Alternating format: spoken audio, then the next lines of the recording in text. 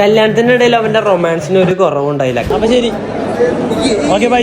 ഇതൊക്കെ കഴിഞ്ഞപ്പോഴേക്കും ഇതേ പരിപ്പ് പായസം വന്നു, പിറകെ ബോളിയും സേമിയോ പായസവും വന്നു. എന്റെ മോനെ. വണക്കം മക്കളെ, അപ്പൊ പാർട്ട് 2 വീഡിയോ ആയിട്ട് ചേട്ടൻ വന്നു. ബാക്കി കഥ അങ്ങ് കേട്ടോ. പിന്നെ വെള്ളം കളിക്കുള്ള ചെറിയ പരിപാടികളൊക്കെ സെറ്റ് ചെയ്ത് നേരെ റൂമിൽ പോയി. പിന്നെ അതെ ഇവര് തമ്മിൽ ഒരു മൽപ്പിടുത്തം.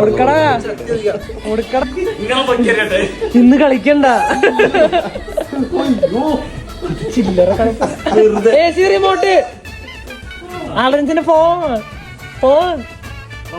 പാകിസ്ഥാൻ പോയപ്പോ ചൈന വന്നു എന്ന് പറഞ്ഞ പോലെ അടുത്ത ആള് വന്നു. അവനാണ് ഈ വീഡിയോ എടുക്കണത്, എന്നെ പിടിക്കുകയും ചെയ്തു. പിന്നെ എല്ലാരും കൂടി ഇരുന്ന് IPL കണ്ടോണ്ടിരിക്കുകയായിരുന്നു. പിന്നെ കഥ പറഞ്ഞു തുടങ്ങി. ആ കഥ പറച്ചിൽ 3 മണി വരെ പോയപ്പോഴാണ് പിറ്റേ ദിവസം രാവിലെ ട്രെയിൻ മിസ്സായവന്മാര് ട്രെയിൻ കയറി വന്നു. രാവിലെ കഴിഞ്ഞപ്പോ കൂടെ വന്നവർക്ക് നമ്മൾ പൂ മേടിക്കാൻ വേണ്ടിട്ട് അടുത്തുള്ള പൂക്കട വരെ ഒന്ന് പോയി. 3 മുഴം പൂവിന് 150 രൂപ. അപ്പൊ 1 മുഴം പൂവിന് 50 രൂപ.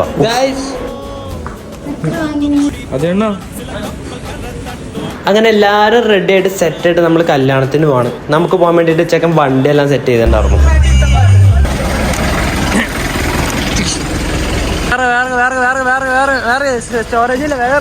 നമ്മ അവിടെ ചെന്ന് ഒരു 5 മിനിറ്റ് കഴിഞ്ഞപ്പോഴേക്കും കല്യാണ ചെക്കനും ഫാമിലിയൊക്കെ അവിടെ വന്നു കേട്ടോ. പിന്നെ നമ്മള് ചെക്കൻ്റെ ഉള്ള ആൾക്കാരായതുകൊണ്ട് നമ്മൾ അവരുടെ കൂടെ അങ്ങ് നിന്നിട്ട് അങ്ങ് പോയി.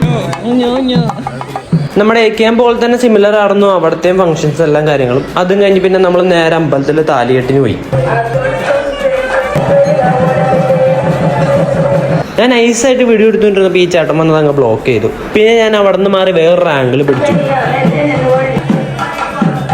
കല്യാണത്തിന്റെ ഇടയിൽ അവന്റെ റൊമാൻസിന് ഒരു കുറവുണ്ടായില്ല. കാര്യമായിട്ട് എന്തൊക്കെയോ പറയാനൊക്കെ ഉണ്ടായിരുന്നു.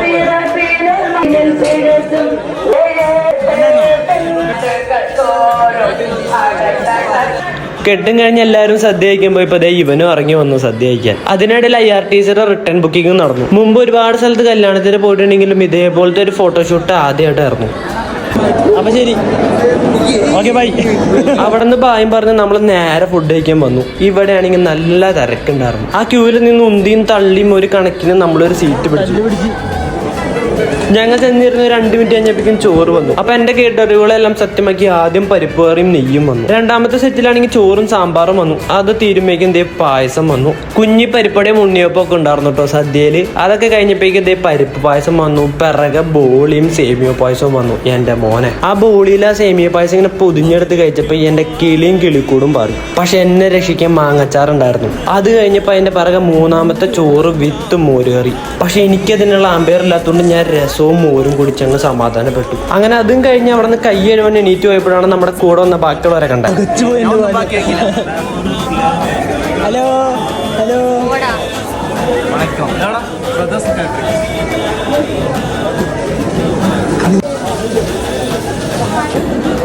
ഇവൻ തന്നെ.